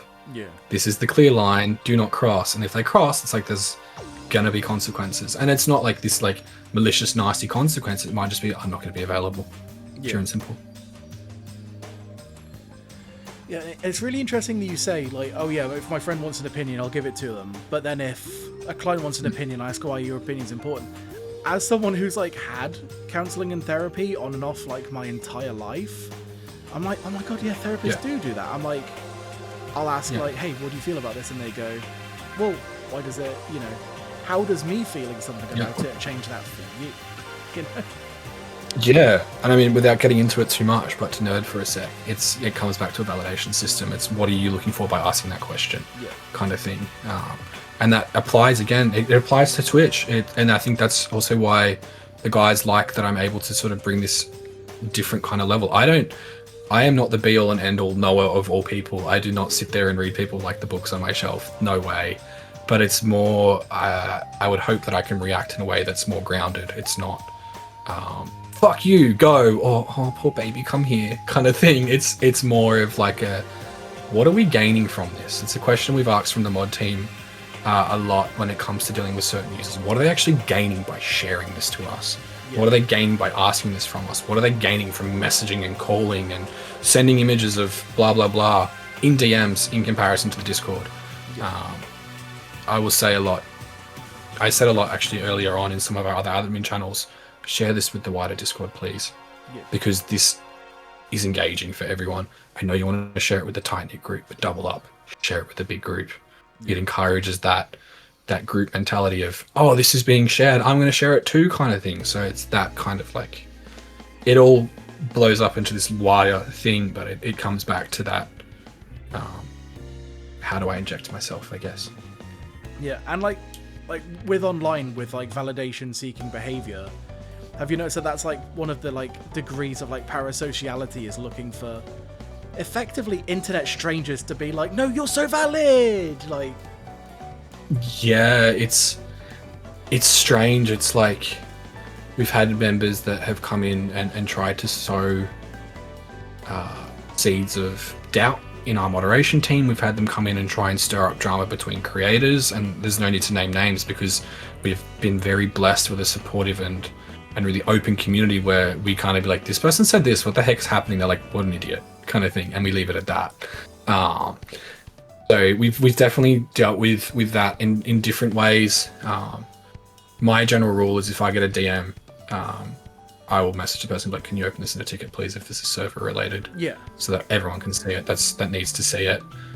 So that we're not sitting there having to validate or justify my DMs, because it's like, it's not relevant. If you want to talk to me and access me directly, I can choose if I engage back. Yeah. So that's why we set up a lot of our systems. It's just, again, it's to take that pressure off us. Yeah. Because it's like, you are like a moderator in the chat, but you are still a human being, and your DMs are, at the end of the day, like your inbox, right? Like, pretty much like you talk to, like, it's not just for like answering Discord questions, it's for like talking to your mates or like giving a bit, like being a human being, Definitely. I have a rule in my own Twitch chat and my Discord, which I've had to actually carry into Dongos, which I didn't initially have. We don't enforce. Start again. Yeah. Do enforce it, because if I say we don't enforce it, we're gonna get DMs. I have a rule in my Twitch chat and I have a rule in my Discord, and we've carried it into Dongos with recent behavior, where we say, please don't just DM us. And it's not because we don't want to talk to people. It's not because we're like keeping ourselves away. It's more because we're adults with our own lives. We're not sitting chronically 24/7 in front of our computers, hunching our backs, sort of living on the internet. We are all doing our own thing. Yeah. But also, I would hope that the person on the other end is also out there living their life. They're not just constantly online. Some people are for their own reasons, and I do empathize with that. However, the discernment again comes in where I don't need to take that on. It's their journey that they're walking at that point, and it's not for me to sort of need to fix or put them in their place. Yeah. Because like that's the thing. I always call myself like a terminally online person because I spend the vast majority of my free time playing video games, talking to people. I'm doing calls. I'm doing stuff like this, like being a content creator and an online individual. And I think to myself, damn, I'm way too terminally online. And then I remember I still work a 9 to 5. I do martial arts once a week and stuff. And I think to myself, I couldn't imagine being any more terminally online than I am. And then you realize that there are people who literally like go to bed, wake up, eat, come to their PC, waste away for 18 hours, and then repeat. Yeah, and I mean, in saying that though, I don't look down on those people at all. I don't go, I'm better than you. It's more, those people are living that kind of lifestyle for whatever reason that they're choosing to. Yeah. And some people are really, really quite comfortable with that. And hell yeah, like, if you're happy and you're not really doing anything to harm others or yourself or spreading sort of hate, why not? But it's not the way I currently live my life. I very much jump so many different things. I think I'm undiagnosed ADHD sometimes. I jump very much through a lot of different hoops. I have running about 4 or 5 hobbies at a time. Yeah. I'm constantly catching up with friends on the weekend. I'm working my job, and then if I sit and have a quiet moment, it's like I'll put a movie on and I'll review it, kind of thing. So it's like I'm constantly keeping myself busy, but I'm keeping myself busy with different things. I'm not just sitting in Dongo's community going like, this is the community, this is where I'm living, this is my living room. No, a lot of people do think that. Also, I have my phone, dude. I've got my watch. Like, notifications are so easy to get, and it's so easy for me to just be like, yep, all right, do this quickly, put it back, kind of thing. It's not that I'm sitting there terminally online. So yeah, there's a lot of different nuances around that kind of stuff, but it's a juggling act. End of the day, it's all different people from different walks, and that's something that we're big on in the community. We have a huge American following, which is fantastic. You've got yourself, you're from the UK. Yeah. I'm from Australia. We've had people from South America. We've had people from the Middle East getting involved. Like, it's cool. Like, it's like, when would we talk outside of this? I wouldn't have any idea who you are outside of this. So it's like, that's the platform for that kind of thing, and that's what we're trying to really facilitate. Yeah. And like, yeah, it's just really interesting when like how parasociality, like, you know, when you're a brand new streamer in someone's chat and you're saying like, wow, love the content, like, that is the forming of a parasocial relationship. But then you go through like a journey like I've been through, where I meet like content creators and I get to know people as like genuine individuals, and I consider them friends, you know, like genuinely, like, yes. I'm part of the community. And it's like it's really hard to draw the line between parasociality and like actually making friends online, you know? Yeah, definitely. I mean, coming back to Dongo for a sec, he's someone that I consider a good friend. He's not someone that I would hit up and be like, oh, bro, I'm struggling with this, and that, and I'm dealing with this, and I'm needing advice on that. That's not the relationship we have. Yeah. But he's someone that I can hit up and chat to and have a yarn about stream stuff, or I send him a Aussie parcel of snacks that he'll hopefully be getting very shortly. It's that kind of stuff. It's like, it's my mate kind of thing. He said to me, I was meant to go to the States, but it fell through. He said, if you ever come to the States, mate, like, hit me up, go to the pub, I'll bring Taylor, like, we'll hang out kind of thing. So it's like, I've got people in places that I would never have thought. Like, I didn't really have any American friends until I got online and started surfing communities kind of thing. Yeah. And now I've got probably half a dozen American friends, and I've got other American friends who I love dearly. I would actually consider personal friends as well, because we share quite heavy stuff. Not that Dongo's not a personal friend, but it's not at the same level of like letting that person in, right? Yeah. Yeah, because there's levels of like interconnectedness, right? And like, yeah, like where the boundaries are, and also what sort of friendship you have. Yes. Definitely. I think it's like the old celebrity fixation kind of thing. Yeah. You see the phenomena of this person was so popular and they had a stalker, and the celebrity has no idea who they are. And it's not because the celebrity doesn't care, it's just because they've not really crossed paths and they've not really had a former relationship with this person at all. And you hear some horror stories, and we obviously won't get into that, but like, you see the kind of similar patterns in the early stages on Twitch in particular, of that like, oh, I'm not doing well with this. And I see a lot of comments of, not on Dongos, but other bigger streamers, you see, oh, like, I haven't been doing well and your content saved me. I'm like, as a therapist, like, that's a red flag. Yeah. Like, it's fantastic that you've got something that's healthy, that's keeping you grounded. But what happens if that streamer doesn't stream? Yeah, exactly. Like, you're putting a lot of weight on an individual And it's like, there's a lot of positivity in that. There's a lot of draw to that. But then it's also like, okay, so we found the saving factor. How do we not make it saving because we have more to go off, kind of thing? And that's again with the therapeutic brain comes in. But that's not my place to help someone find that. It's to ask that question. Yeah. Especially when, like, yeah, there's like, I can imagine it feels good for someone to be like, oh yeah, your content saved me. I've been a massive fan of your work and stuff. But I definitely feel like, yeah, that is a red flag behavior, especially when a lot of people, that's not a normal relationship to have with content, right? It's like, Yeah. it's like there's a difference between looking forward to something and anticipating it and saying like, hey, I would have been in a worse place, or like no place at all without this. And it's like, well, what's happened? You know? Yeah, definitely. And I mean, even just asking them what's happened is really important. But it's also, you still, like, see, this is where I really fight the two-sided battle. It's like, it's still so good to have a positive thing in your life, even if it is just as superficial as a stream. As a therapist, one thing we talk about a lot is protective factors. Yeah. If someone is happily smoking and that's their coping mechanism with anxiety, smoking, sure, as a habit is not a good habit. It leads to long-term health consequences. But we're taught in therapy not to tell the client, stop smoking now. It's like, keep doing what's good for you, but what else can we be doing to help create a larger kind of network and wider... I'm stumbling over my words.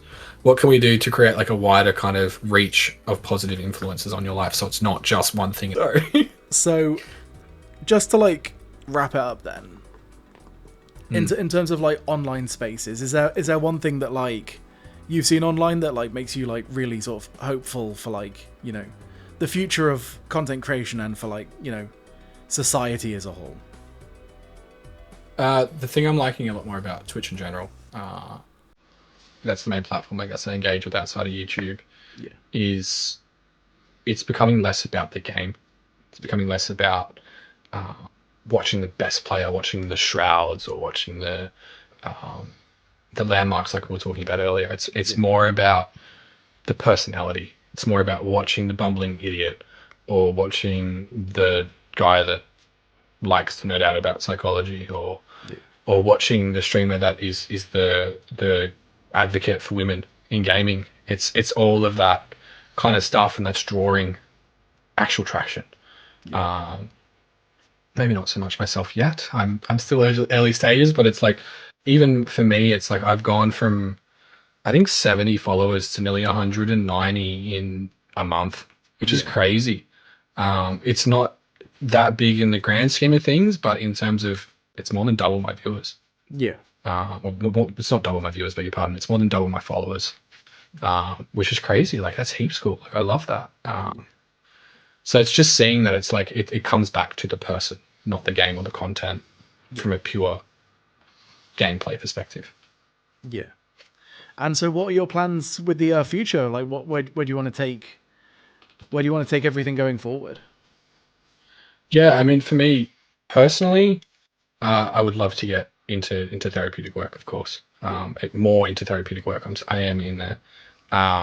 Outside of that, right now, in the immediate, still working with Dongo and his guys, facilitating more stuff for him to do. Content, of course, is the big priority, but then we're also sort of getting slowly rolling in the NPC chat, where we're talking about doing some collaboration stuff. So that's really exciting. I'm seeing it as an exciting thing to just spend time with new friends. It's not even like an engagement thing. It's like, I'm getting to talk to all these guys that are like, I just not even troll, I just mess around with and have fun in chats. So there's that. And then from a personal, I already said personal, from a Twitch standpoint and a content standpoint, I would love to get more consistent. I would love to not live at home and have my own space where I can have my own setup. I'm in my parents' library. Like, everyone's always like, oh, they're cool books. I'm like, I've read like 6 of the probably 400 books around me, kind of thing. But also getting more exposure to things like YouTube. I went on a physical set for a YouTube shoot, which was really cool, and more will be revealed as that hopefully comes out, and if I make the cut. And outside of that, I guess the only other thing is I started writing stand-up. I don't know if it'll be funny. I really don't. I don't know if I'll ever perform it. But just that whole, like, maybe I could do this kind of thing has been a really cool drive for the future. It's like, maybe I actually want to be more content-based, not clip farming, but more content-based. Just from this random, unique perspective that I've now landed myself in. And looking forward to where that might lead, but also just enjoying for what it is and not taking it for granted. Yeah. Amazing. So we have had with us today the opportunity to talk to Tinky14. Where can everyone find you at home for those who are watching and have made it to the end of the video? Yeah, so just Tinky14 on Twitch is the easiest way to find me. Outside of that, my Instagram is Watching with Al. So Alistair is my name, so Al for short, obviously. So Watching with Al on Instagram is my movie reviews. They're the two main channels that I'm using at the moment. Outside of that, join the Dongo community, and you'll definitely cross paths with me. It's been amazing to have you today, Tinky. Thanks, Chili. An amazing moderator, amazing content creator, really interesting, fascinating movie reviewer, and always a pleasure to talk to. Thank you so much for being here. Appreciate it.